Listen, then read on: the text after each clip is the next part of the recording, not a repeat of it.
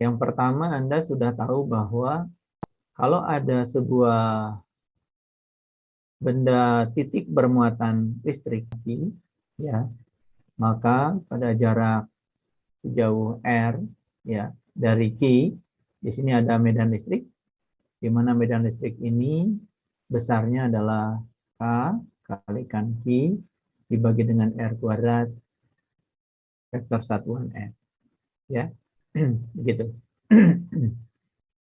Nah, persoalan yang semacam ini, ya, itu khusus untuk benda titik bermuatan.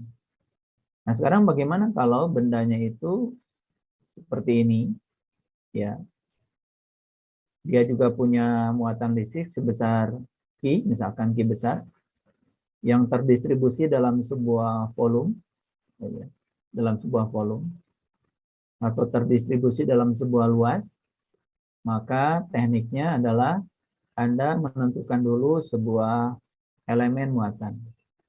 Sebut saja elemen muatannya adalah dq dan elemen volumenya adalah dv, ya. Maka medan listrik pada jarak sejauh R dari dq ini ditulisnya DE, ya.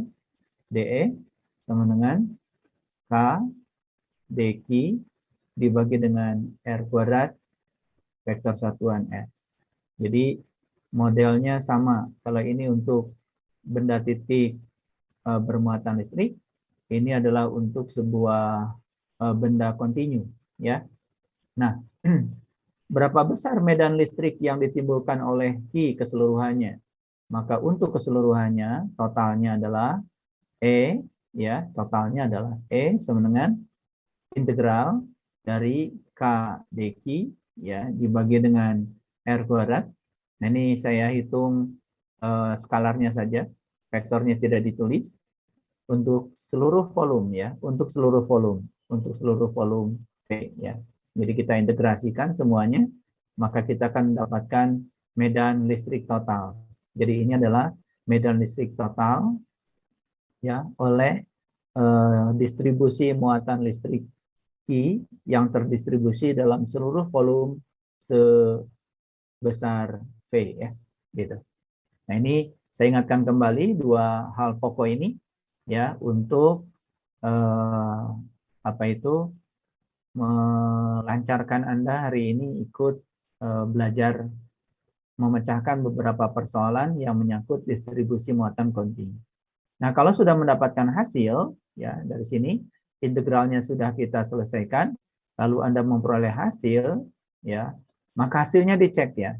Dicek dengan cara melakukan pendekatan, ya, benda itu anggap saja sebagai sebuah benda titik dengan syarat tertentu, maka hasilnya harus menuju ke sini lagi, ya.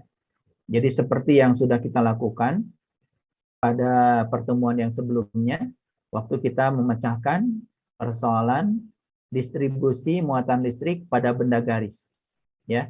Benda garis setelah kita dapat hasil, kita lakukan suatu pendekatan tertentu agar garis itu dapat dipandang sebagai sebuah titik, maka hasilnya harus kembali lagi ke sini, ya, harus kembali ke sini, ya, kalau menggunakan pendekatan tertentu untuk hasil ini. Baik, ya, ini adalah pemanasan saja untuk memasuki persoalan yang lebih kompleks hari ini. Nah, sekarang saya akan mulai memberikan contoh, ya, yang lebih kompleks dari yang kemarin. Misalnya kita punya sebuah cincin, ya, cincin bermuatan listrik.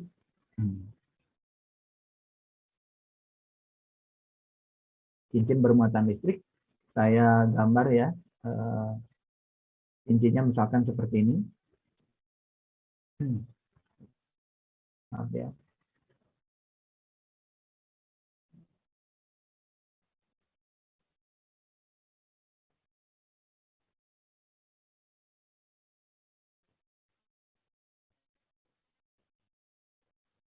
Ya, misalnya kita punya kasus cincin bermuatan listrik.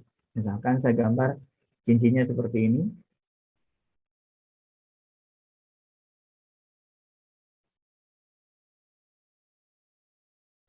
Oke, itu cincinnya ya, cincin bermuatan listrik. Jadi supaya kelihatan, saya tebalkan ya cincinnya.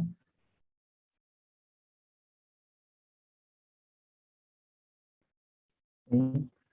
Ya, itu cincinnya ya, cincin bermuatan listrik. Ya, saya tebalkan lagi, saya kelihatan. Seperti itu ya. Ini adalah cincin bermuatan listrik. Sebut saja muatan listrik pada cincin ini adalah Q, ya. Lalu cincin ini memiliki sebuah jari-jari. Sebut aja jari-jari cincin ini adalah A ya. A. Jari-jarinya adalah A. Nah, saya ingin tahu berapa medan listrik di sebuah titik. Sebut aja di sini ada titik P ya, medan listrik di titik P ya. Jaraknya sebut saja X ya, diukur dari pusat cincin di sini ya. Jadi itu persoalan kita. Berapa medan listrik di titik P ya. Akibat ada distribusi muatan listrik yang terdistribusi secara kontinu dan homogen di sepanjang cincin ini ya, cincin ini. Saya gambar cincin ini seperti ini. Ya, sebetulnya kan lingkaran. Supaya kelihatan ini saya buat elips, ya berarti tampaknya dimiringkan ya, dimiringkan. Nah, ini namanya cincin kan lingkaran. Baik. Nah, sekarang langkah pertama yang harus Anda lakukan untuk menentukan medan listrik di titik P ini adalah seperti yang kemarin. Mengambil elemen panjang. Jadi karena cincin ini adalah memiliki panjang, ambil elemen panjang. Sebut saja di sini ada muatan sebesar dq, kan gitu. Ya. Lalu Anda tarik garis dari elemen ini ya ke titik yang akan kita tentukan ya medan listriknya. Nah, ke titik ini ya. Dan medan listriknya dapat digambarkan ke arah sana ya. Medan listriknya adalah DE. Oke. Nah, kalau ini kita sebut saja sumbu X ya. Saya sebut aja yang bagian atas ini adalah vertikalnya adalah sumbu Y ya, sumbu Y ya. Kalau ini misalkan R yang dimaksud adalah jarak dari deki ke titik yang mau ditentukan medannya. Nah, kalau ini saya sebut saja sudutnya theta, maka otomatis yang ini juga sama dengan theta ya. Sebetulnya setiap yang berseberangan itu ada juga. Misalkan kalau saya gambar, bagaimana kalau mengambil elemennya di sini, di sebelah sini? Ada elemen lagi sebelah sini, ya deki. Ya tentu saja elemen yang di sini juga akan menimbulkan medan ke arah sini, ya sejauh R ini. Nah arahnya ke arah sana. Medan listriknya sama ya. Ini DE juga, DE juga. Kalau saya mengambil di sini ada yang lawannya. Saya ngambil di sini, ada lawannya di sini. Saya ngambil di sini, ada lawannya di sini. Jadi selalu ada lawannya di seberangnya. Ya, saya tidak menggambar semuanya karena terlalu rumit. Saya hanya menggambar dua aja yang berseberangan. Jadi kalau ini bermuatan, di sini ada medan. Ini bermuatan, di sini juga ada medan. Nah kalau ini diproyeksikan, ya proyeksikan, yang ini kita proyeksikan ke sini, ya, maka Anda akan dapatkan di sini adalah DEX, ya. Yang ini juga sama ya. Yang ini juga akan ada DEX. Jadi ini dua vektor ya, ini dua vektor. Kalau ini diproyeksikan ke sini, ini akan dapat DEY ya. Yang ini juga akan sama dengan ini, akan dapatkan DEY gitu ya. Nah, Anda kalau melihat seperti ini kan DE yang ini baik dari yang deki ini maupun yang deki ini itu besarnya sama. Sehingga DEY yang atas dengan DE yang bawah juga besarnya sama, ya. Dan DEY itu akan banyak ya, akan banyak. Kalau digambarkan semuanya, ya vektor yang ada di sini, itu vektornya akan berbentuk kerucut seperti ini. Dia akan berbentuk kerucut tuh vektornya, ya akan berbentuk kerucut seperti ini. Gitu. Jadi di sini akan banyak sekali ya vektor, banyak sekali ya vektor, banyak sekali. Ya, vektor DE banyak sekali. Ya, sepanjang selubung kerucut ini. Ya, gitu. Karena kalau digambarkan semuanya kan jadi rumit. Saya tidak menggambarkan semuanya. Kita hanya mengambil dua saja yang berseberangan. Nah, otomatis DEY ini dengan DEY ini akan saling meniadakan. Setuju, Puji? Puji, Warisman? Setuju, Pak. Oke, ini akan saling meniadakan. Sehingga kalau dijumlahkan semua untuk DEY, jadi kalau DEY ini dijumlahkan semuanya, itu pasti hasilnya sama dengan 0. Paham ya? Wina? Wina Amara? Paham, Pak. Paham ya? Nah, ini akan sama dengan 0 ya. Oke. Jadi oleh karena itu, kita tidak usah mengurus integral di sumbu Y. Kita cukup mengurus integral di sumbu X saja. Paham ya? Jadi yang mau kita urus adalah DEX. Nah, DEX ini kan bukan dua, tapi banyak sekali ya, banyak sekali. Tak terhingga, continue ya di sepanjang sumbu kerucut di sepanjang selubung kerucut ini di sepanjang permukaan apa itu selubung kerucut ini banyak sekali vektor DEX ya. Nah, oleh karena itu maka kita jumlahkan secara integral karena dia continue. Nah, otomatis ya, kita harus merumuskan dulu rumusan untuk DEX. Ayo, kita mulai ya.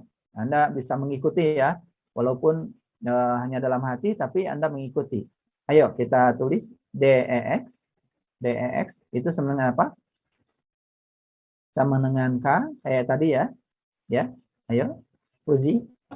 K deki Deki, oke, bagus. R Dibagi dengan kuadrat R kuadrat, ya. Terus? cos Cos ya, karena kita hanya mengambil di komponen dari DE di sumbu X saja, cos theta ya, cos theta. Nah, Anda perhatikan ya, kalau mau mengintegrasi, Anda harus tahu mana konstanta, mana variabel. Jadi ada dua, mana konstanta, mana variabel.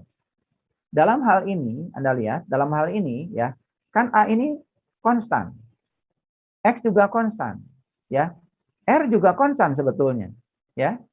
Yang variabel cuma deki-nya saja. Jadi Q-nya itu akan menjadi variabel. Ya. Jadi ini konstan, ini konstan, ini konstan. Yang variabel adalah deki saja. Pengetahuan tentang mana variabel, mana konstanta itu penting. Karena kalau dia itu konstanta, bisa kita keluarkan dari integral. Sehingga solusi untuk integralnya menjadi sederhana. Ya. Oke, supaya lebih tegas lagi, kita lihat sekarang. Cos theta ini kan bisa diubah dalam bentuk yang lebih sederhana. Ayo, Wina, cos theta apa dibagi apa? Cos theta apa dibagi apa? X per R. X per R kan? Oke, jadi sama dengan ya X dibagi dengan ya Akar dari akar Akar X dari kuadrat X kuadrat ditambah A ditambah kuadrat. Kan gitu. kuadrat. Oke, ya. Nah, jadi kalau ini disederhanakan ya, jadi DEX kita sederhanakan dulu sama dengan ya K kalikan dq ya dibagi dengan R kuadrat. Sebetulnya kan cos theta X per R ya. Betul? Nah, bisa juga saya selesaikan seperti ini. Jadi ini kan K dq X dibagi dengan R pangkat 3. Boleh juga begitu. Ya. Ya, di mana R itu adalah akar dari ini ya, A kuadrat ditambah X kuadrat. Jadi kita punya K dq ya X dibagi dengan ya ini bisa saya tulis jadi X pangkat 2 ditambah A pangkat 2 pangkat 3/2 ya. Setuju ya? Fatia bisa mengerti? Setuju, Pak. Oke, karena ini Bapak buka ya akarnya ya. Nah, jadi ini adalah DEX. Jadi kalau ingin tahu EX ya, tentu saja EX sama dengan integral dari DEX kan, ya, sama dengan integral dari ini. Nah, karena ini konstan, ini konstan, ini konstan, semuanya konstan, tidak ada yang berubah di sini, ya. Dari gambar ini tidak ada yang berubah, maka ini bisa kita keluarkan. Jadi sama dengan K, ya kan, kalikan X, betul? Ya, kalikan X Kemudian dibagi dengan ini X kuadrat ditambah A kuadrat pangkat 3/2 integral dari dq. Kan gitu. Nah, integral dari dq, ya jelas, Q besar kan. Kalau dq kecil dijumlahkan dq, totalnya adalah Q besar. Jadi ini hasilnya adalah Q besar. Sehingga hasil totalnya adalah K kalikan Q kalikan X dibagi dengan ya X pangkat 2 ditambah A pangkat 2 pangkat 3/2. Ya, ini hasilnya. Ini hasilnya. Ya, ini hasilnya. Bisa dipahami? Nah, sekarang Anda bisa mengecek apakah ini benar atau tidak. Ya, apakah ini benar atau tidak hasilnya. Nah, kalau untuk menentukan benar atau tidak, pandang saja cincin ini dari jarak yang sangat jauh. Betul? Nah, cincin dipandang dari jarak yang sangat jauh, dia akan menjadi titik, bukan? Nah, jarak yang jauh berarti syaratnya apa? Delia, syaratnya X-nya apa? harus jauh lebih besar daripada A. Oke. X-nya jauh lebih besar daripada A. Nah, gitu. Anda udah bisa menentukan ya, ini syarat jauh. Jadi kalau X lebih besar daripada A, berarti A ini dapat diabaikan terhadap X, ya. Sehingga hasil ini bisa bisa di bisa disederhanakan jadi X sama dengan, nah ini kan K kalikan Q, ya toh, kalikan X, ya, dibagi dengan, nah ini kan A-nya 0, ya A-nya 0, maka ini X pangkat 3/2. X pangkat 3/2 jadi X pangkat 3 saja kan? Betul? Nah, ini ada X di atas, ini X pangkat 3, sehingga X-nya itu sama dengan KI dibagi dengan X pangkat 2. Kan ini kembali lagi ke rumus yang tadi, ya. Ya, ke rumus medan listrik yang ditimbulkan oleh benda titik bermuatan yang muatannya adalah Q. Gitu. Berarti kalau sudah dicek seperti ini, oke, hasilnya sudah benar. Jadi hitungan kita sudah benar, ya, gitu. Jadi itulah pengetahuan tentang ya mana variabel, mana konstanta sangat penting. Karena kalau itu tidak dimiliki, maka Anda akan kesulitan untuk bisa menyelesaikan persoalan integralnya, ya, gitu. Oke, sampai di sini Anda bisa paham? Boleh kalau ada yang mau bertanya dulu sebelum Bapak lanjutkan, boleh ya, Saya Gilbert, apa izin bertanya? silakan. Siapa? Delia, silakan. Ah, Bapak untuk kan di LKM 4 itu ada tugas yang ngisi buku tipler, terus ada yang grafik muatan di cincin. Nah, terus kenapa Pak bentuk grafiknya itu kayak gitu ya? Maksudnya nggak garis lurus, jadi semakin jauh itu nggak menentukan muatannya makin kecil gitu. Oh ya, terserah Nah, grafiknya kayak mau, oke, terserah nah, grafiknya mau apa terhadap apa, ya. Kalau grafik itu kan ada sumbu Y, ada sumbu X. Nah, sumbu Y-nya mau apa, sumbu X-nya mau apa, ya tergantung pada fungsinya. Tergantung pada fungsinya, ya. Tergantung pada fungsinya. Jadi Anda harus melihat fungsinya. Nah, kalau kita lihat tadi fungsinya, kita kembali lagi ke sini ya, Delia. Kita kembali lagi ke pekerjaan kita yang tadi, ya. Kita lihat fungsinya. Ya, ini kan EX medan listrik terhadap X itu kan seperti ini fungsinya. Fungsinya seperti ini. Nah, gimana grafiknya? Oke. Nah, kita coba belajar memahami sedikit grafik ya. Oke. Ini kita hapus dulu.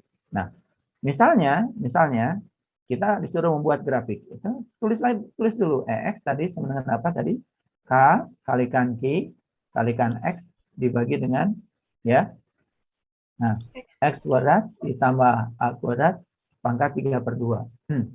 Kalau misalnya X-nya itu nggak ada yang di bawah, misalkan seperti ini, ya, EX sama dengan K IX, misalkan gitu. Ini kan dapat dipandang sebagai konstanta. Sehingga ini persamaannya jadi linear, gitu. Kalau cuma begini ya, ini linear. Jadi terhadap X itu linear. Jadi kalau yang ini saja, yang ini, kalau digambarkan, misalkan vertikalnya adalah EX, misalkan, yang ini adalah X-nya, kan bisa dimasukkan ya, X-nya 0, E-nya 0. Mulai dari sini. Itu X-nya berapa? X-nya. Nah, dia pasti akan linear seperti ini persamaannya. Ya, ini persamaan linear karena E-nya sama dengan K, I. Nah, ini dapat jawab konstanta X. Sama seperti persamaan Y sama dengan MX misalkan. Atau Y sama dengan 3X misalkan. Itu linear. Tapi jangan lupa, di sini kan ada X lagi. Ada X lagi, ya. Jadi tidak sesederhana itu, ya. Nah, oleh karena itu maka grafik grafik yang ini EX terhadap X dalam kasus ini ya memang tidak sederhana, ya belum tentu linear. Karena di sini ada X pangkat 2. Ada X pangkat 2. Misalnya kalau Bapak masukkan ya X sama dengan 1 misalkan, ya. Maka EX-nya berapa? EX-nya berarti kan kaki ya dibagi dengan ini kan 1 ya. Ini berarti A pangkat 1 ditambah A pangkat 2 pangkat 3/2 kan gitu. Kalau X-nya sama dengan 2 terus dimasukkan gitu. Sehingga nanti Anda akan mendapatkan pasangan koordinat. Jadi pasangan koordinatnya adalah X, berapa apa itu 1 Y-nya berapa gitu kan, 2, berapa kan gitu. Nah, belum tentu linear, ya. Nah, ini untuk memastikan ya Anda harus masukkan satu-satu. X sama dengan 1, X-nya sama dengan sekian, X sama dengan 2, berarti kan dihitung ya. X-nya sama dengan kaki 2 kan gitu. Betul? Ini berarti 4 ditambah A kuadrat pangkat 3/2 kan gitu. Nah, sehingga grafiknya tidak sesederhana ini, ya, tidak sesederhana ini, ya. Nah, bisa dipahami? Bisa, Pak. Terima kasih Oke. banyak, Pak. Oke ya. Nah, ini karena X-nya variabel. X-nya variabel. Oke ya. Jadi tidak linear. Yang jelas ini tidak linear. Tidak linear, ya. Oke. Ya, bagus ya pertanyaan dari Delia ya. Oke. Bapak lanjut ya. Nah, sekarang gimana kalau kasusnya misalnya kasusnya seperti ini. Ini kasus yang lain. Bapak punya sebuah cakram misalkan. Kasusnya kalau tadi adalah cincin. Sekarang cakram ya. Cakram yang bermuatan listrik ya. Cakram bermuatan listrik sebesar Q. Nah, cakram tuh misalkan contoh seperti inilah cakram. Seperti ini ya, cakram ya. Cakram. Seperti ini cakram ya. Cakram. Jadi cakram itu semacam silinder tapi tipis ya. Seperti ini. Jadi tebalnya tipis ya, cakram. Nah, sekarang Bapak gambar ya. Mohon maaf kalau lingkarannya tidak begitu sempurna ya, karena tidak gampang nulis di pen tablet ya.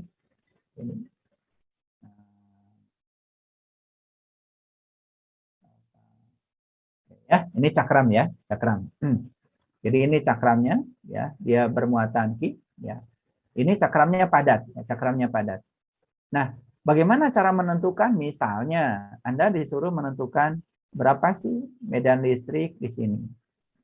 Nah, di sebuah titik ya, di sebuah titik. Sebetulnya ini titik P yang jaraknya adalah X juga sama seperti tadi. Nah, supaya tidak sulit, Bapak kasih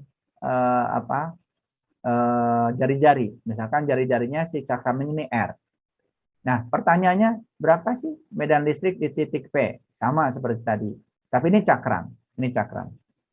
Nah, ada satu cara ya. Ada satu cara yang sangat praktis ya. Karena kita tadi sudah tahu cincin kan. Kalau untuk cincin kan Anda sudah tahu tadi. Jadi kalau cincin, Bapak tulis di sini supaya tidak berantakan ya. Untuk cincin kan tadi udah tahu. Kalau cincin yang jari-jarinya A, ya kan, pada jarak X ya dari situ kita udah tahu tadi EX-nya berapa. Tadi EX-nya berapa? K, ayo, X per X dibagi dengan X kuadrat ditambah A kuadrat pangkat 3/2. Nah, oke. Ini Bapak kasih tempat ya di sini supaya Anda paham. Oke. Ini adalah untuk cincin nih, cincin yang jari-jari A ya yang dikasih muatan listrik sebesar Q. pada jarak X dari pusat cincin. Nah, bagaimana kalau cakram? Oke. Cakram itu dapat dipandang sebagai kumpulan cincin yang jari-jarinya terus berubah. Setuju? Ulangi lagi. Cakram itu sebetulnya dapat dianalogikan sebagai kumpulan cincin yang jari-jarinya terus berubah. Jadi kalau Bapak punya cincin, jari-jarinya terus berubah secara kontinu, kan lama-kelamaan jadi cakram juga. Paham ya? Nah, oleh karena itu, bagaimana cara mengambil elemen luasnya? Ini karena cakram berarti kita berhubungan dengan luas, ya. Nah, bagaimana cara mengambil elemen luasnya? Cara mengambil elemen luasnya, ambil saja cincin. Jadi kita bikin cincin di sini. Kita bikin aja cincin. Nah, itu namanya kecerdasan ya, kecerdasan. Jadi kita ambil aja cincin. Nah, tadi cincinnya maaf ya kalau gambarnya kurang bagus. Nah, cincinnya setebal itu. Nah, si cincin ini, kalau R yang ini, itu kan sebetulnya jari-jari cakram. Kalau yang ini, cincin, sebut aja supaya gampang dengan yang tadi, jari-jarinya A, supaya gampang. Samakan dengan yang tadi. Nah, yang cincin ini, walaupun cincin kan pasti punya tebal, bukan? Cincin punya tebal. Nah, inilah tebalnya. Ini sebetulnya namanya elemen luas. Jadi karena cincin dia punya elemen luas, ya. Nah, elemen luasnya sebut saja ini tebalnya. Tebal itu dari sini ke sini, tebalnya Bapak sebut aja DA. Ini tebalnya. Tebalnya ya, tebalnya. Nah, si elemen luas ini bisa dihitung nggak, Delia? Berapa elemen luasnya? Berapa elemen luasnya? Sebut apa aja DA, ya kan? Gimana? Yang 2 VA DA bukan? Ya, tentu saja elemen luasnya sama saja dengan keliling kan dikalikan dengan tebalnya. Betul nggak? Kan si cincin ini bisa Bapak buka jadi kayak gini, bisa Bapak buka jadi gini kan? Bisa saja cincin ini dibuka jadi begini, kan gitu. Kan cincin ini kalau diregangkan, dibuka gitu, jadi seperti ini kan? Nah ini panjang ini kan keliling sebetulnya, keliling. Ini keliling sama dengan 2pi kalikan A. Tebal ini itu adalah DA. Jadi ini kan semacam panjang kali lebar, semacam panjang kali lebar. Nah, panjangnya adalah 2pi A, ya. Lebarnya adalah DA. Ngerti nggak? Yang ini namanya elemen luas. Ini namanya elemen luas, ya. Nah, kita dalam persoalan ini bisa menggunakan kerapatan muatan. Kerapatan muatannya kan sebetulnya adalah sigma. Ayo, sama dengan apa? Kan bisa saja Q dibagi dengan A. Ini sigma ya. Kemarin kalau garis kita menggunakan lambda kan. Nah, kalau luas, oke. Kan boleh juga, ini kan sama dengan Q sebetulnya dibagi dengan Pi R kuadrat. Setuju ya? Ini adalah apa itu? Tetapi ini juga sama dengan dq dibagi dengan dA sebetulnya. Ngerti maksudnya? Oke? Puji bisa ngerti nggak kenapa dq dibagi dA?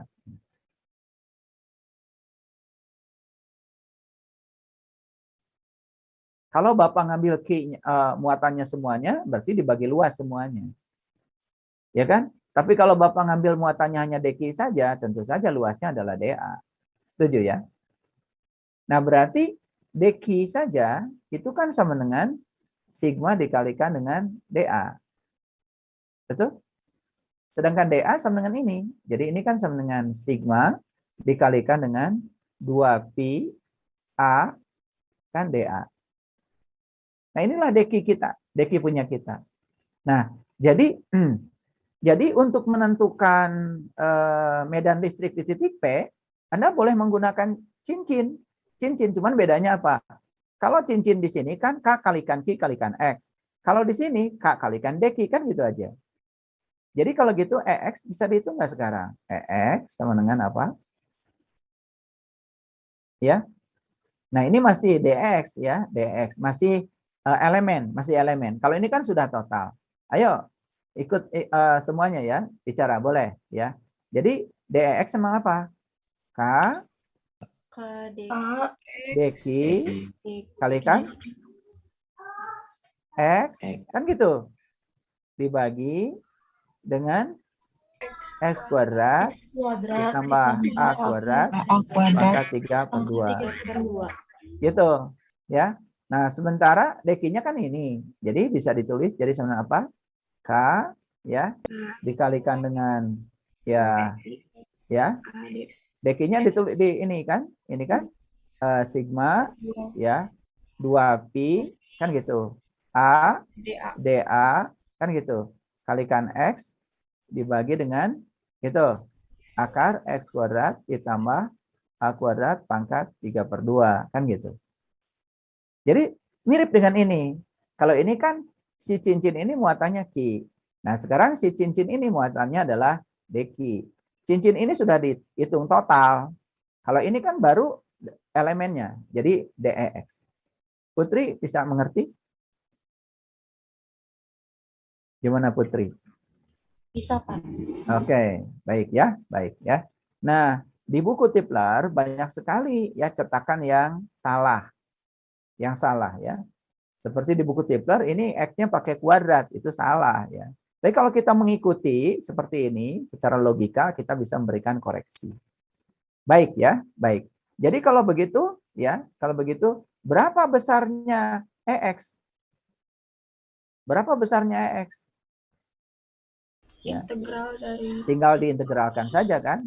Berarti EX ya sama dengan ya integral ya. Nah, sekarang kita lihat ya, ini integral dari ini semua kan? Oke, kita tulis aja dulu. Supaya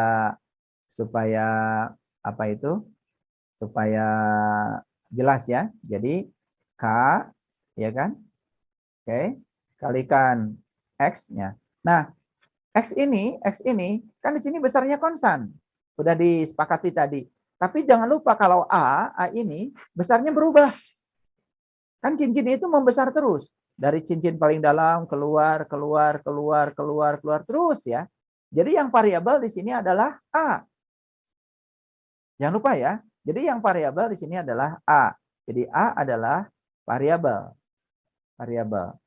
Ngerti ya? Karena A akan berubah terus. Harga itu berubah dari 0 sampai R. Paling kecil 0, paling besar R besar. Nah, tetapi kalau X di sini adalah konstan. Nah, Anda hati-hati jangan terjebak ya. Kalau di matematika mungkin saja X selalu variabel. Di mana A adalah konstanta. Di sini kebalik ya. Tergantung kasusnya, tergantung persoalannya. Di sini persoalannya justru yang variabel adalah A, yang X adalah konstan. Oke ya.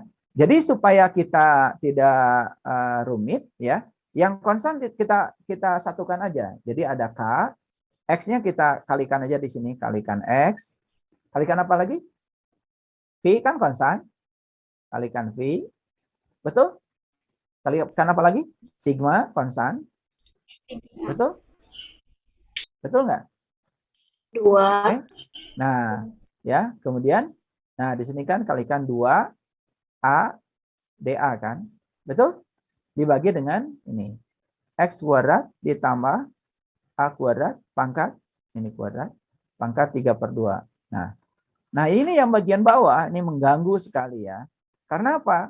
Karena ya X kuadrat ditambah A kuadrat ini pangkat 3/2, dua-duanya dipangkat.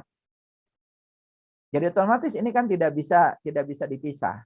Nah, yang bisa dilakukan adalah tinggal ini aja. Jadi K kita keluarkan, X, V, sigma kita keluarkan, tinggal integral ya 2A dA dibagi dengan ini X kuadrat ditambah A kuadrat pangkat 3/2 di mana batasnya dari 0 sampai R. Nah, gitu. Nah, ini pahami ya integral ini. Jadi Anda jangan sampai kehilangan fokus. Karena di sini yang variabel adalah A, yang konstanta adalah X. Gitu. Jadi kebiasaan begitu dirubah ya, dirubah tergantung situasi. Itulah pentingnya kenapa kita belajar logika. Nah, sekarang Kita tinggal memecahkan integralnya kan? Tinggal memecahkan integral ini ya, integral ini. Gimana caranya? Oke, karena ini habis ruangannya, jadi saya hapus dulu ya. Oke. Ya, nggak apa-apa nanti karena ini kan diupload juga di YouTube, jadi Anda tetap bisa mengikuti ya. Baik ya. Nah, kita tulis dulu, Jadi hasil akhir kita apa tadi? Ya, EX. Tulis dulu sama apa tadi? Ya, K, X, X, X, X, I, P, sigma, sigma, kan gitu. Ya. integral 0 Integral sampai 0 R, sampai R, itu. 2 Kemudian, ADA, ya, ini bisa ditulis kayak gini, X kuadrat ditambah A kuadrat pangkat min 3/2, kan boleh? Ya, naik ke atas. Betul? Dikalikan 2A DA, kan? Nah, ini integral kita. Ingat ya, X konstanta, A variabel. Nah, supaya gampang, maka kita buat perumpamaan aja. Umpama aja U sama dengan ya X kuadrat ditambah A kuadrat. Oke? Ayo ya. Eka. Kalau U sama dengan ini, berarti DU sama dengan apa? Ayo. Eka.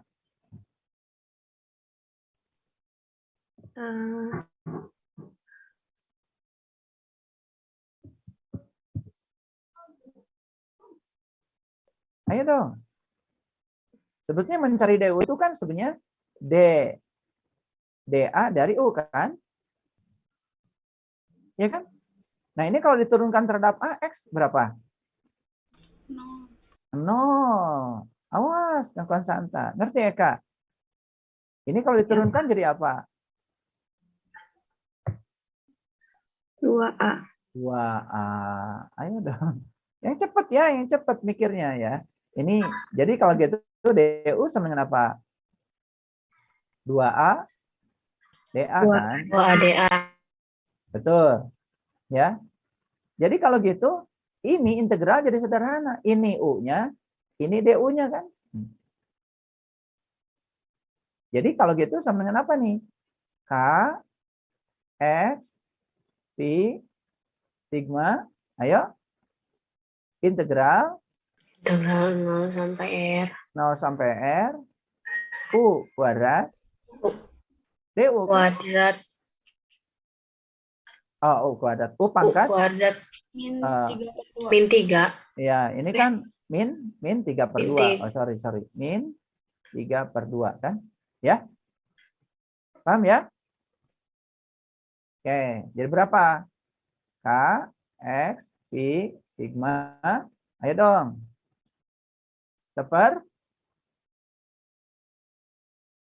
Ayo dong. Min 3/2 tambah 1. Kan gitu. Eka, halo. Iya, Pak. U pangkat? Min 3/2 plus 1. 1. Ayo dong ikut ya. Ya. Oke, ini batasnya dari 0 sampai R. Kan gitu. Jadi sama apa kalau gitu? K, X, P, sigma. Ini kan kurung. X kuadrat. Jadi X kuadrat ditambah A kuadrat pangkat min setengah. Oke, pangkat min setengah. Kan gitu. Dibagi min setengah. Kan gitu. Ya, batasnya dari 0 sampai R kan gitu. Nah, ini min setengah dikalikan aja ke sini. Jadi sama dengan min 2 kan gitu. K, ayo dong. X, P, sigma. Oke, sekarang kita masukkan batasnya. R dulu yang dimasukkan batasnya. Jadi sama dengan apa kalau dimasukkan batas? X kuadrat, awas, yang variabel yang A. X kuadrat, terus? X kuadrat plus R kuadrat. X kuadrat plus R besar kuadrat pangkat min setengah dikurangi Ayo dong. X kuadrat. X kuadrat. Pangkat? Min setengah. Min setengah. Ya, ayo jadi berapa nih? Nah ini supaya gampang, ininya negatifnya kita masukkan ke dalam aja. Ya, negatifnya. Jadi tinggal 2 K, X-nya kita masukkan ke dalam. Pi, sigma, ayo. Ini kan kalau ini negatifnya dikalikan ini yang jadi positif. Betul? Betul. Nah, ini kan jadi sama dengan apa? Sama dengan 1/X kan? Betul nggak? Coba lihat. Ini kan X. Oke, kalau gitu tahapannya jangan terlalu jauh dulu. Gini dulu deh. Ini deh. 2K X Pi sigma. Nah, ini kalikan aja. Negatifnya kalikan ke sini. Ini kan jadi 1/. Jadi ini kan ada X di sini. X per, ayo dong. Ini negatif kan? Betul? X kuadrat ditambah R kuadrat pangkat? Pangkat Setengah kan? Atau sebut aja nih akar. Oke? Nah, tinggal yang ini nih. Negatif kan? Ini jadi positif kan? Nah, ini kan jadi X. X kalikan sini. Jadi apa? X per, ini kan X pangkat min 1. Betul? Kalau ke bawah jadi X saja kan? Ngerti? Muhammad Zahran? Ya, Pak. Ngerti nggak? Ini min X-nya, ini negatifnya dikalikan, ini kan negatif. X-nya ke dalam kan, dikalikan. Berarti di sini ada X kan? Ini dikalikan sini. Ini kan jadi X kan? Ini X saja. Yang X dari sini kan X pangkat min 1 kan? Turun ke bawah jadi X saja kan? Jadi ini hasilnya 1 kan? Kalau gitu ini jadi 2K X. Oh, X-nya udah nggak ada sekarang. Ya, ini X-nya udah kita kalikan ke dalam. Udah dikalikan ke dalam. Ya, jadi tinggal 2 V, K, V, sigma. Ayo dong. 1 min X per akar X kuadrat X tambah kuadrat R ditambah R kuadrat. Ini hasilnya. Hasilnya. Jadi saya tulis lagi hasilnya EX sama dengan ya yang paling akhir 2pi kalikan K kan? K kalikan sigma ya kalikan 1 min X dibagi dengan akar dari X kuadrat ditambah R kuadrat. Ini hasilnya. Oke. Ya. Ini hasilnya, hasil akhirnya. Nah, pertanyaannya, apakah ini benar? Kan gitu. Apakah ini benar? Jadi harus dicek lagi. Oke. Bapak menanya sama Zahran. Zahran. Iya, Pak. Kalau untuk mengecek kebenarannya tadi apa? Pakai apa? Anggap cakramnya jadi titik kan? Iya. Nah, kalau cakramnya titik berarti gimana? Siapa yang lebih besar? X-nya jauh lebih besar dari R. Ya, kita cek X-nya jauh lebih besar daripada R. Maka dia akan jadi titik kan? Oke. Nah, sekarang kalau dimasukkan langsung ke sini, ya, dimasukkan langsung, X yang besar sekali itu sebesar apa? Ya, itu agak sulit, ya, agak sulit, ya. Oleh karena itu maka ini, ya, tidak bisa dengan menggunakan pendekatan biasa. Ini harus menggunakan pendekatan deret.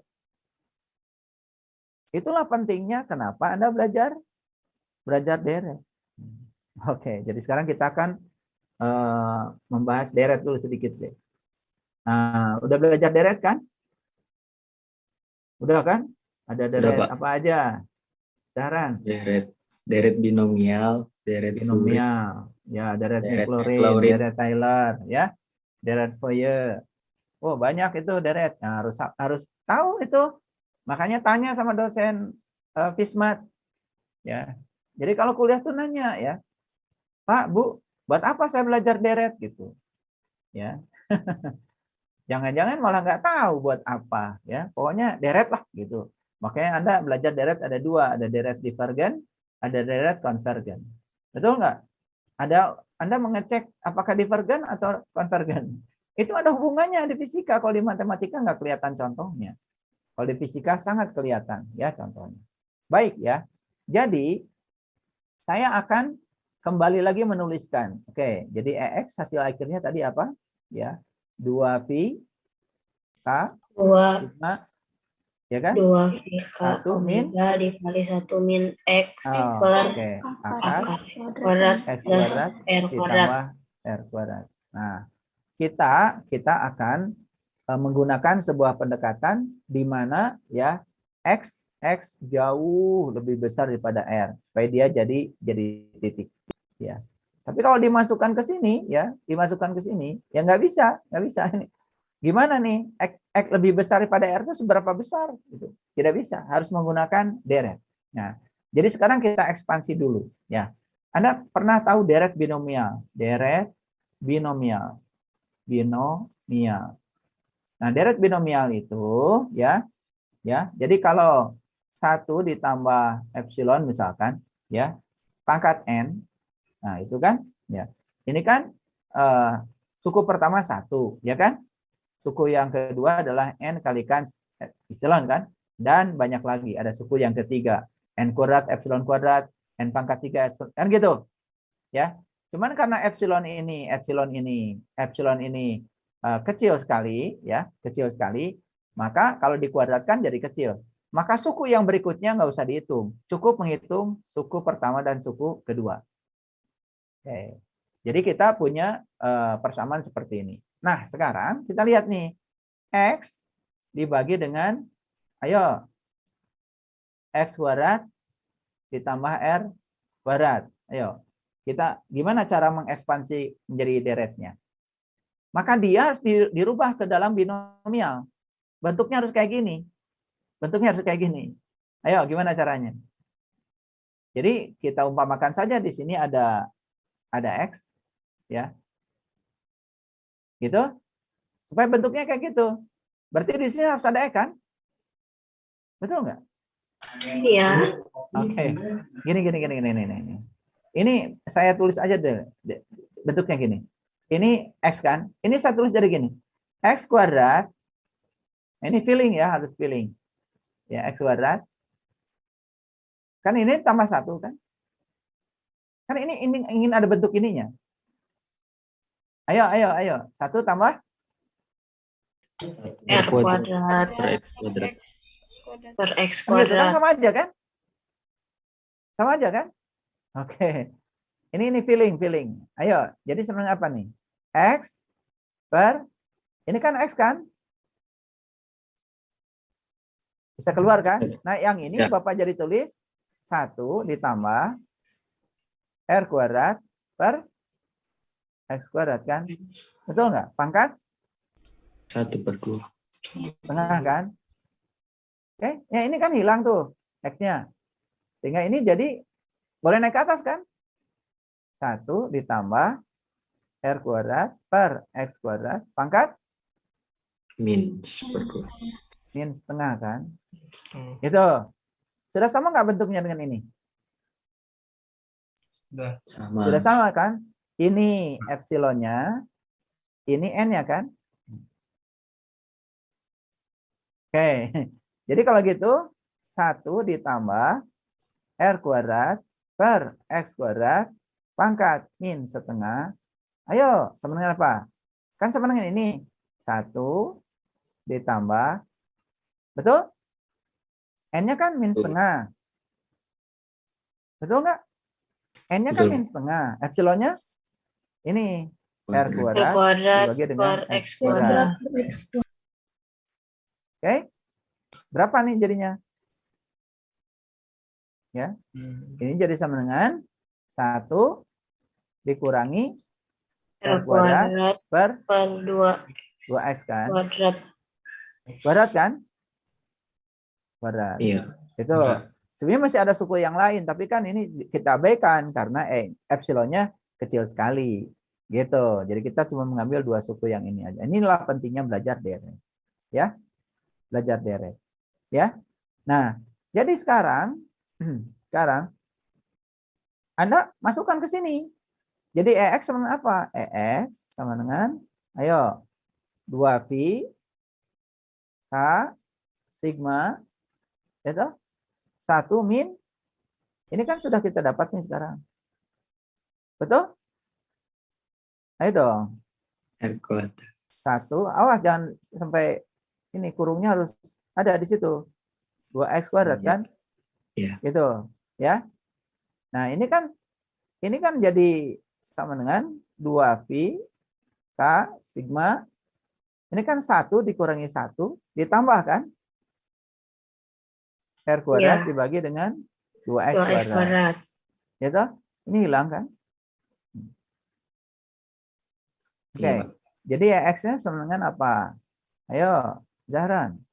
2V 2 K sigma K sigma dalam kalikan R R kuadrat kuadrat per dibagi 2X. 2X kuadrat. Nah, ini duanya hilang kan sama ini. Betul nggak? Oke. Betul, Pak. Nah, sekarang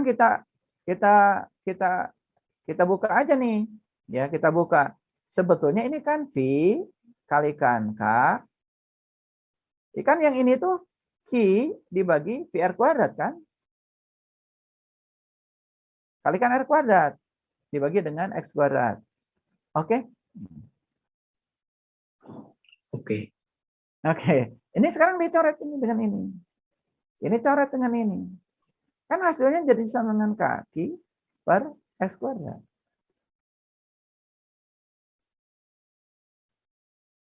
Jadi EX itu sama dengan kaki dibagi dengan X kuadrat.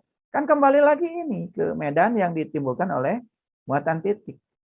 Jadi si tadi apa? Cakram itu dari jauh dianggap sebagai titik. Coba kalau dianggap sebagai titik gimana caranya? Udah, kan dapat ini. Ya, sejauh X.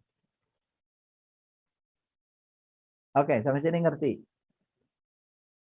Hermana, ngerti? Allah, Pak. Ya, jadi kalau Anda baca buku memang sulit ya baca buku ya.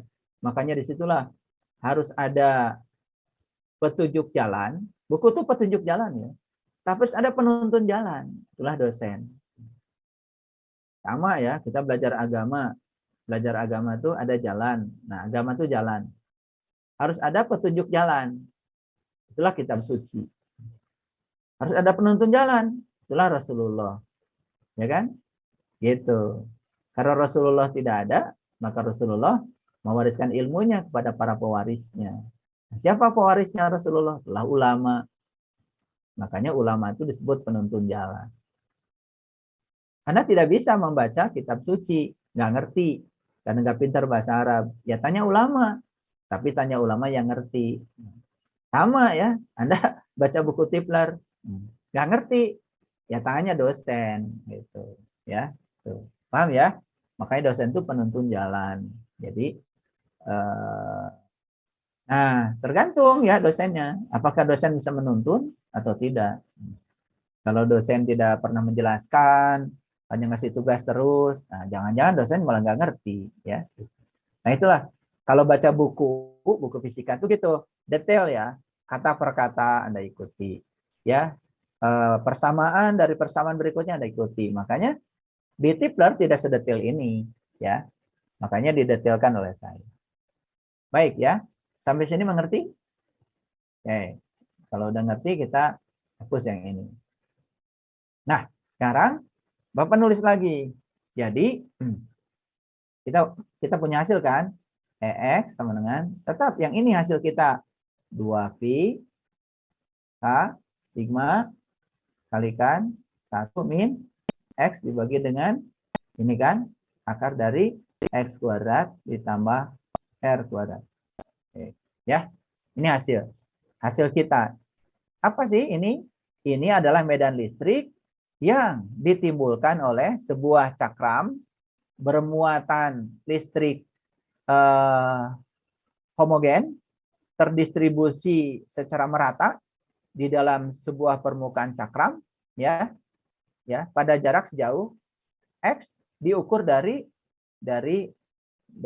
titik pusat cakram. Oke, hasil ini penting. Nah, sekarang apa yang Anda bisa katakan jika R-nya jauh lebih besar daripada X? Apa yang bisa Anda katakan jika R jauh lebih besar daripada X? R Muatannya mana? tahingga, Pak. Hah? Muatannya tahingga, Pak. Cakramnya tahingga.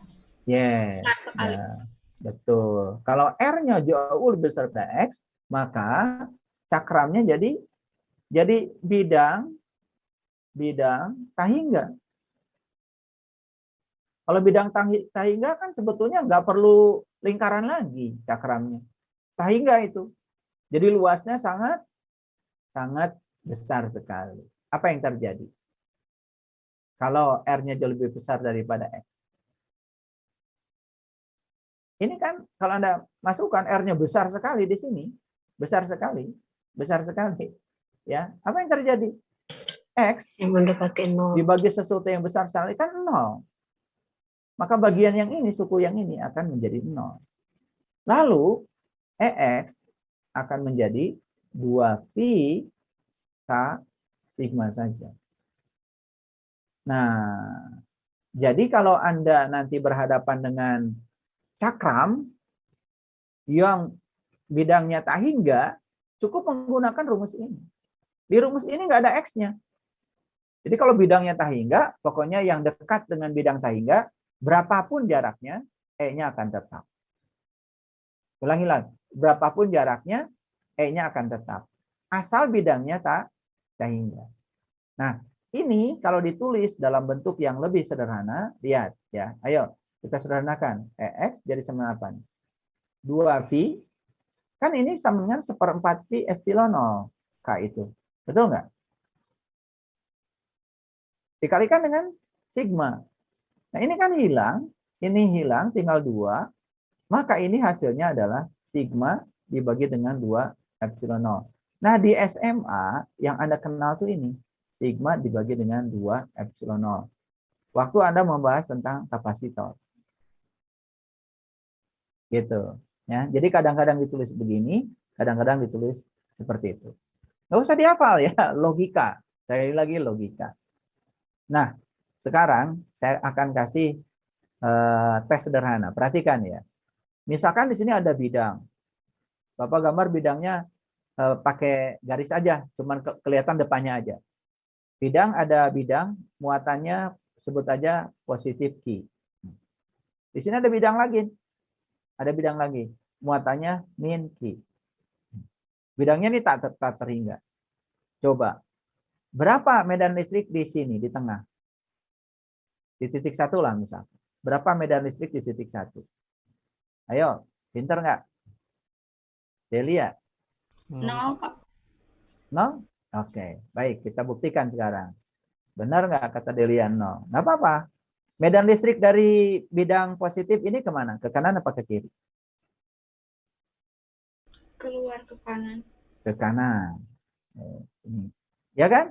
Ini namanya E positif kan? Dari Q yang negatif kemana? Kiri. Tuh. Kiri. Loh. Ingat, medan itu Mendekati. iya. Kalau dari muatan positif menjauh, untuk muatan negatif mendekat. Jadi kemana Zahran? Masuk ke dalam. Iya, ke sini. Ada juga yang ke sini. Betul nggak? Ini dari E negatif. Paham? Jadi di titik 1 berapa medannya? Ayo dong. E1 Sigma dibagi 2 kali. epsilon 0 kan bidang. Ditambah sigma dibagi 2 epsilon 0. Berapa hasilnya? Sigma per epsilon 0. Kan setengah tambah setengah 1. Nah, ini sudah belajar Anda dulu di SMA. Nah, ini medan listrik yang ditimbulkan oleh sistem kapasitif. Lihat di sini. Jadi kalau ini kapasitor, kapasitor itu ada bidang positif, ada bidang negatif. Nah, di sini medannya double jadinya. Sekarang di sisi kiri di sini, sebutnya di titik 2. Ayo, medannya berapa? Dari yang positif ke mana? Cara keluar ke kiri, Pak. ke kiri. Oke, ini positif ya. Dari yang negatif Masuk mendekat ke ke bidang. sini. Kan? Ya. Jadi walaupun jauh jaraknya dari sini, dihitung sama karena kan tidak bergantung pada X. Berapa medan di sini? E2. 0. 0. Kalau di sini? Sama 0. 0 juga. Oke. Sebutnya titik 3 ya. E3 juga sama. Makanya medan cuma ada di sini. Maka ini ya yang disebut dengan sistem kapasitif. Karena dia bisa menyimpan muatan, bisa menyimpan medan kapasitif. Nah, dia bisa menyimpan medan listrik, maka ini yang kemudian membangun yang namanya kapasitor, ya. Jadi kapasitor.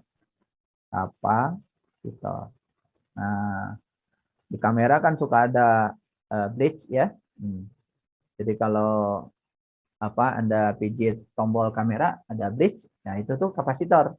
Jadi kapasitor melepaskan muatan listrik.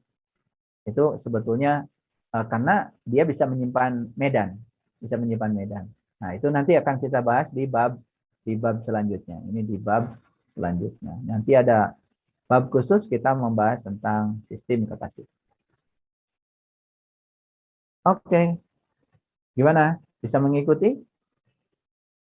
Bapak nanya dulu deh. Melinda, mana? Bisa mengikuti? Iya, Bapak bisa. Bisa. Ya, Yesi? Bisa. Bagus. Doni? Bisa, Pak. Oke. Fahmi? Paham? Insya Allah paham, Pak. Ya, bagus ya. Namanya juga Fahmi. Fahmi itu doa dari orang tua supaya paham terus, ya. Makanya ada doa Robi zidni ilma warzukni fahma. Nah, fahmi, ya. Jadi kita itu disuruh oleh Rasulullah diajarkan Robi zidni ilma. Ya Allah, tambahkanlah kepadaku ilmu. Ya. Warzukni fahma. Ya. Berikan kepahaman juga, ya. Berikan rezeki kepahaman. Jadi paham itu rezeki sebetulnya. Kalau Anda punya ilmu tetapi tidak paham, itu bukan rezeki Anda. Karena kalau orang yang punya ilmu nggak paham, berarti dia ilmu nggak jadi rezeki. Coba orang punya ilmu tapi nggak paham, cuma hafal gitu, sebentar juga hilang. Tapi kalau dia paham, nah, ilmu yang dipahami itu akan menimbulkan rezeki. Setidak-tidaknya kalau orang paham ilmu, akhlaknya berubah menjadi lebih bagus.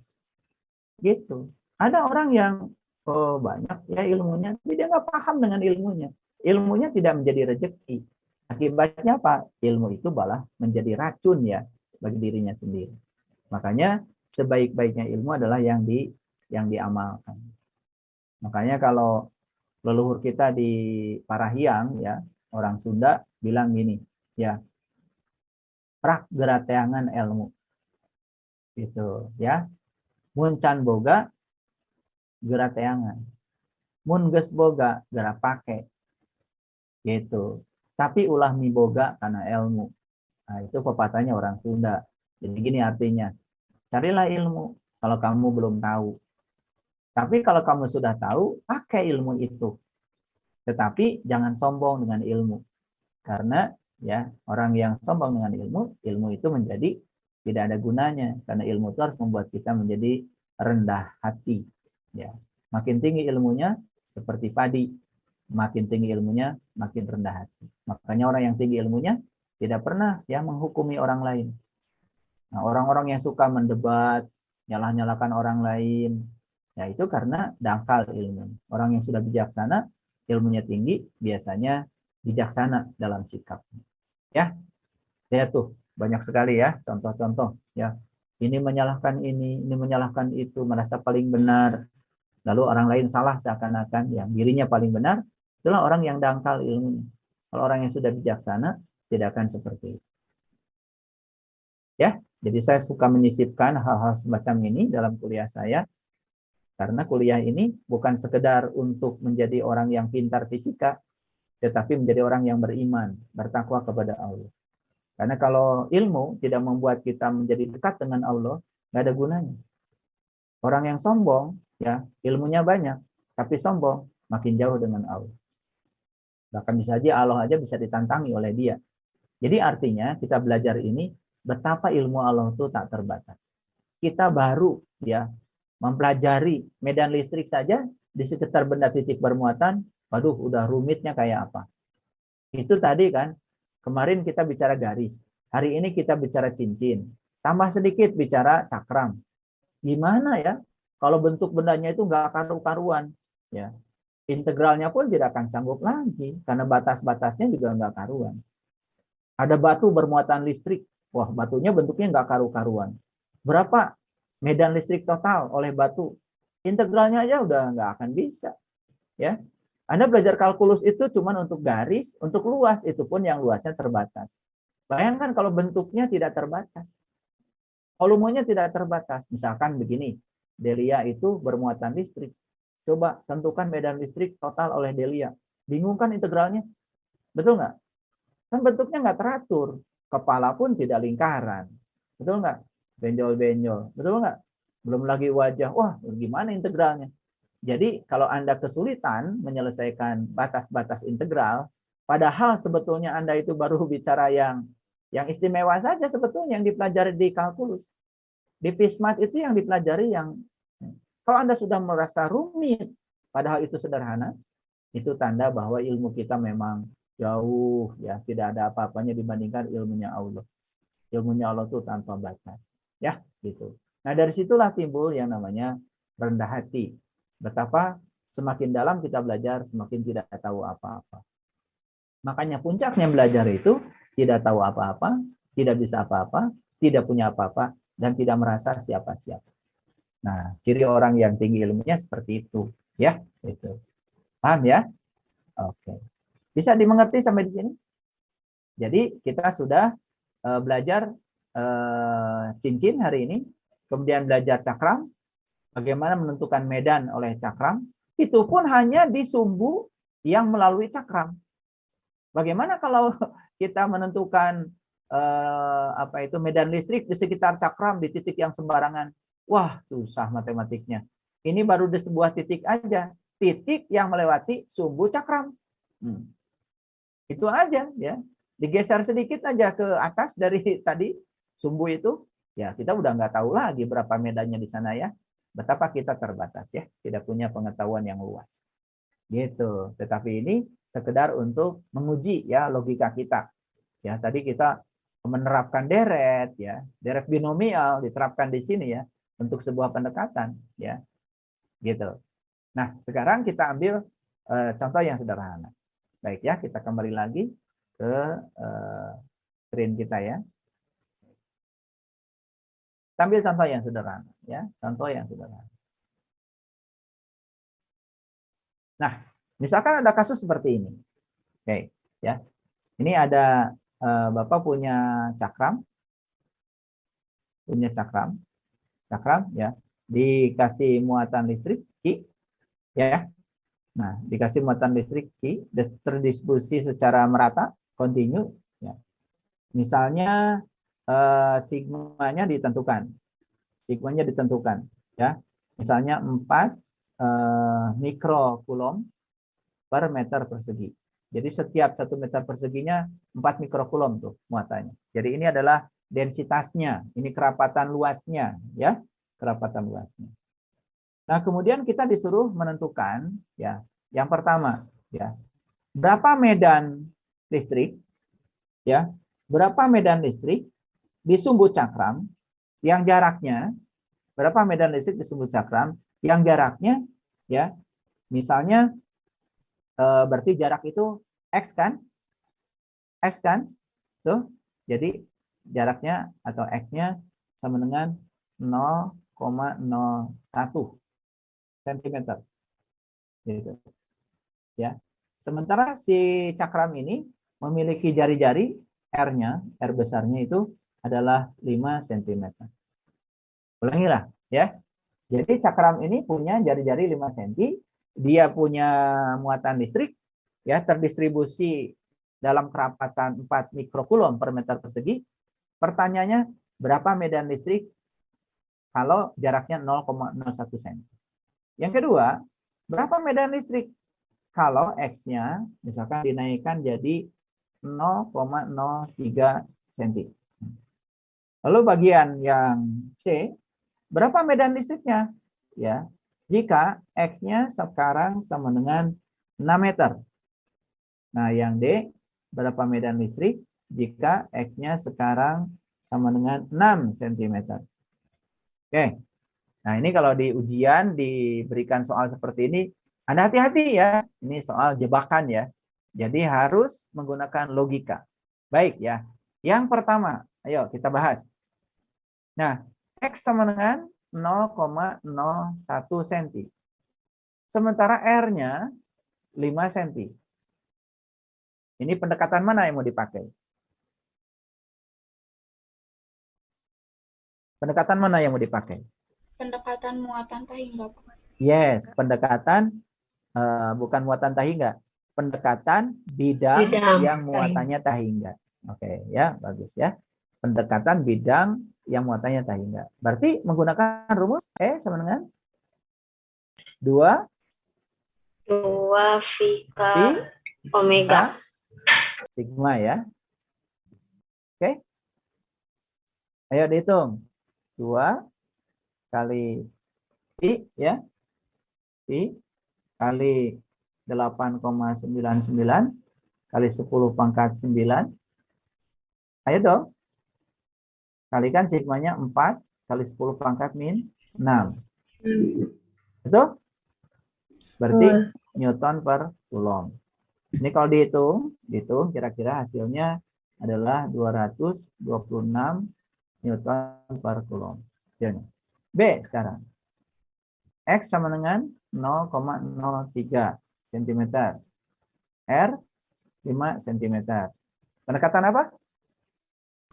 Bidang muatan tahingga. Bidang muatan tahingga. Jadi E-nya nggak usah dihitung lagi.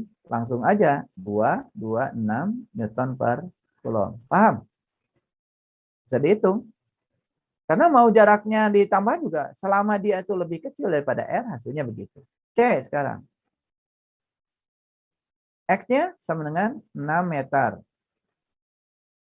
R-nya sama dengan 5 cm. Pendekatan mana ini? Pendekatan muatan titik. Yes, muatan titik ya. Berarti rumusnya E sama dengan K Q per X kuadrat. Paham ya? Ya. K Q per X kuadrat. Ya. Nah, Q-nya bisa dihitung? Bisa dihitung nggak Q-nya? Bisa dihitung kan? Kan kerapatannya ada. Ya. Cara ngitung Q-nya gimana? Ayo. Kan sigma sama dengan Q per A. Jadi Q sama dengan sigma kalikan A. Betul nggak? Jadi Q-nya sudah, sigmanya sudah ada. Ya, 4 kali 10 pangkat min 6. Betul? Ayo dong. Kali A. Betul. Pi R kuadrat kan? R kuadrat. Jadi 5 kali 10 pangkat min 2 kuadrat kan? Betul? Oke, bisa didapat ya. Masukkan ke sini. Ya. Oke, Anda bisa meneruskan ini ya. Jadi Q-nya bisa dapat dari sini. Masukkan ke sini. X-nya 6. K-nya 8,9. Nah, yang terakhir D. Ya, D X-nya sama dengan 6 cm. Sementara R-nya 5 cm. Pendekatan mana? Cakram bermuatan. Cakram bermuatan. Jadi ini jelas, ini cakram bermuatan. Jadi E-nya bisa dihitung sama menggunakan apa itu? 2V. 2V ya, K sigma kalikan ini 1 min X per akar ya X kuadrat ditambah R kuadrat. Nah, masukkan aja semua. 2 kali 3,14 kali 8,99 kali 10 pangkat 9. Ya toh? Kali 4 kali 10 pangkat 6. Kan gitu? Kali 1 min. X-nya adalah 6 cm. Berarti 6 kali 10 pangkat min 2. Kan? Ya. Dibagi dengan akar. Ya. X-nya 6 kali 10 pangkat min 2. Ini dikuadratkan. Ditambah R-nya 5 kali 10 pangkat min 2 kan, kuadratkan. Ya. Oke, ini urusan matematik selanjutnya. Gampang ya. Nah, suruh kalkulator aja menyelesaikan semuanya, semuanya beres. Ya. Nah, jadi sampai di sini saya sudah menjelaskan dua hal penting ya. Jadi Anda harus bisa membedakan ya kapan kita menggunakan rumus yang mana gitu. Jadi sangat kondisional. Oleh karena itu disinilah pentingnya logika. Jadi kalau belajar fisika Anda kemudian hanya menghafal rumus, kemudian tidak jalan, nah ini yang disebut dengan belajar fisika secara konseptual dan secara kontekstual. Jadi konseptual, jadi Anda harus mengerti konsepnya secara utuh. Kontekstual, kaitkan dengan konteksnya. Ya, kaitkan dengan konteks. Jadi tidak boleh sembarang ya menggunakan rumus. Makanya nanti ujian fisika dasar 2 Anda sembarang aja menggunakan rumus-rumus ya Anda tidak akan bisa lulus ya. Karena nanti akan saya cek logika Anda. Makanya saya memandu Anda ya sesuai dengan kemampuan saya ya. Sebisa mungkin ya saya ingin agar lulusan fisika dasar 2 ini ya keren ya. Bukan sekedar nilai, tetapi Anda menggambarkan kompetensi ya sesuai dengan harapan perkuliahan ini. Jadi di kuliah ini ada yang namanya kompetensi program studi, ada juga capaian yang harus dicapai di mata kuliah ini, ada juga capaian yang harus dicapai ya dalam visi dan misi universitas. Jadi visi dan misi universitas kita kan salah satu visinya adalah menjadi pelopor ya, leading and outstanding. Jadi pelopor ya, menjadi pelopor. Nah, pelopor itu kan berarti harus menjadi teladan kita ya. Teladan dalam akhlak, teladan dalam pemahaman, teladan dalam pembelajaran. Itu yang paling penting ya untuk Anda camkan dari pembelajaran ini. Pada pertemuan yang akan datang ya, saya akan menjelaskan secara lengkap ya tentang hukum Gauss. Hukum Gauss. Jadi memecahkan persoalan medan listrik pada distribusi benda bermuatan listrik itu bisa menggunakan dua. Satu hukum Coulomb, dua hukum Gauss. Nah, sama nanti di medan magnet juga kita akan menggunakan dua pendekatan. Satu hukum Diode-Safar, yang kedua hukum Ampere. Nah, bedanya apa? Ya, Gauss dengan Coulomb. Kalau Coulomb itu sangat matematis. Sangat matematis. Ya, jadi matematikanya udah Anda rasakan sangat kompleks. Tapi dengan menggunakan hukum Gauss ya, dengan pendekatan yang berbeda, kita akan mendapatkan hasil yang sama tetapi caranya jauh lebih cepat. Jauh lebih cepat. Nah, oleh karena itu maka pada pertemuan yang akan datang kita akan belajar tentang hukum Gauss. Nah, untuk belajar hukum Gauss ada persyaratannya ya. Nah, sekarang saya jelaskan dulu persyaratan untuk bisa memahami hukum Gauss ya. Ini persyaratannya aja dulu ya. Karena nanti hukum Gauss-nya dan contoh-contohnya akan kita bahas pada pertemuan yang akan datang. Persyaratan yang pertama ya untuk belajar hukum Gauss ya. Jadi untuk belajar hukum Gauss ya hukum Gauss ya untuk bisa memecahkan persoalan dengan hukum Gauss, persyaratan pertama Anda harus mengerti tentang konsep medan listrik. Medan listrik ya sebagai garis gaya medan. Jadi medan listrik itu kan digambarkan sebagai garis gaya medan. Sudah Anda pahami ya bahwa menggambarkan medan listrik tidak cukup dengan vektor medan listrik. tapi Anda bisa menggambarkan garis gaya medan listrik. Nah, konsep yang kedua, Anda belajar tentang flux medan listrik. Nah, flux medan listrik itu sebuah besaran fisika yang sering diberi notasi dengan lambang ini ya, C ya.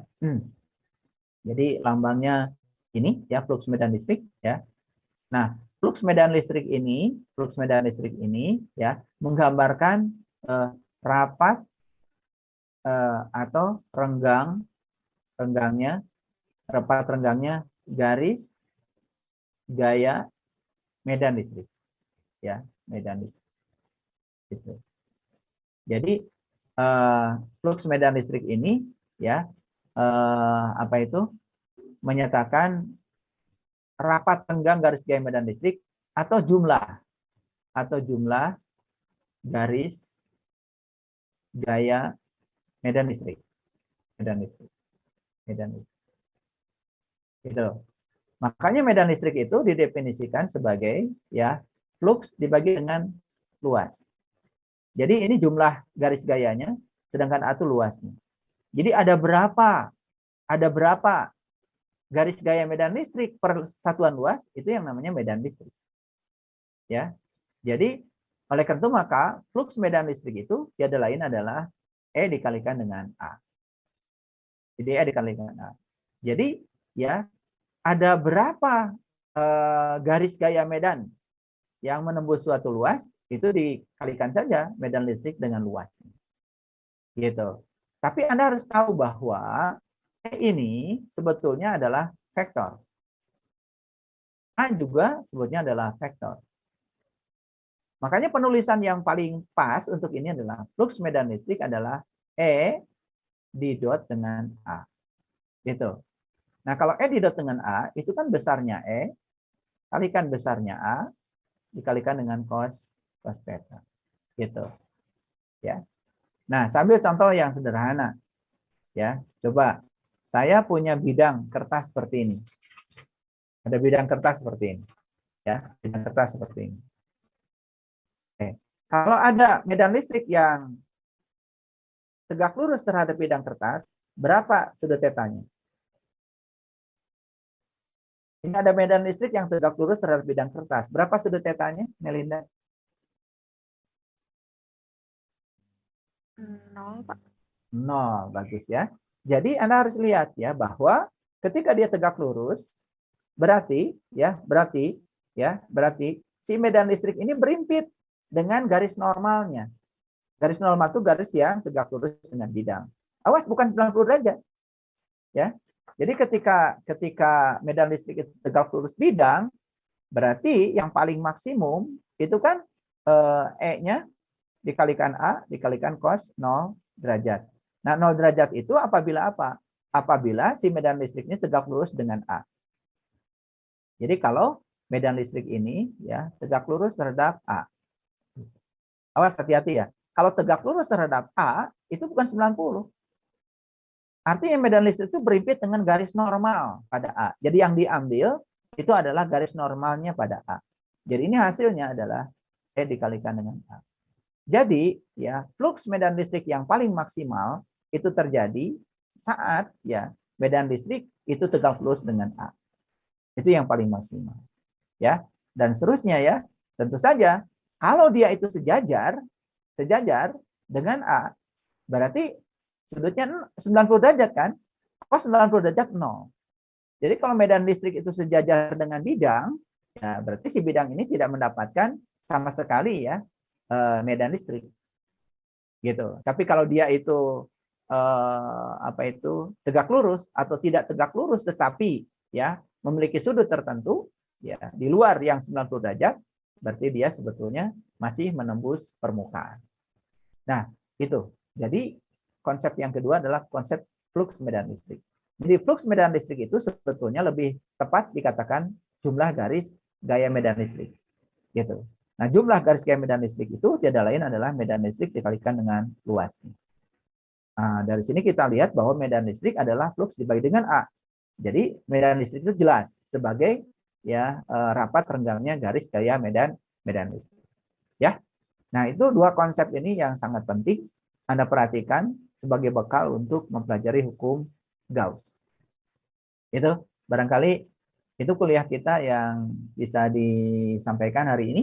Ya, sampai ketemu lagi hari Senin pada pembahasan hukum Gauss sekaligus penerapan hukum Gauss. Terima kasih. Assalamualaikum warahmatullahi wabarakatuh.